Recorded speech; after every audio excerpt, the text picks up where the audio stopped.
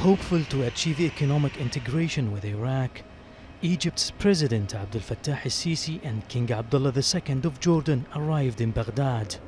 They were received by Iraq's President Barham Saleh and held discussions with Prime Minister Mustafa al-Kadhimi. Intelligence officials and foreign ministers also took part in discussions on investment and security cooperation.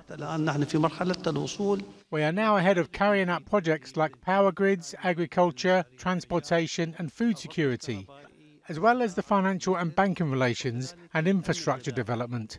There's also work on sea transport, housing and reconstruction.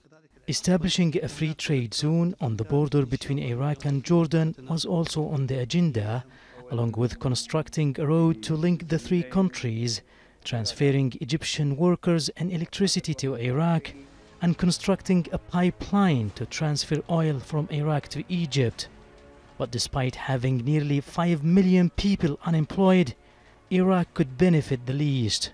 But at the same time, I'm not sure how much Iraqis themselves would benefit from it. I mean, there have been also talk about the human capital of Egypt, but Iraq itself has almost 40 million citizens. So there could be an investment in the people themselves.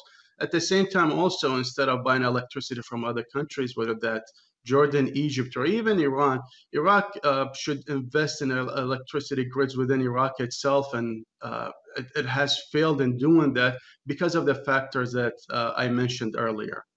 This summit is aimed at increasing trade between the three countries and bringing Iraq back under the umbrella of Arab states. But this coalition is facing criticism for its stance on other Arab causes in the Middle East. Both Egypt and Jordan are part of an Arab bloc that includes Saudi Arabia and the United Arab Emirates, which are facing criticism for their role in fomenting the conflict in Yemen and the United Arab Emirates in Libya. Experts say if this coalition succeeds, it may decrease Iran's gains in Iraq.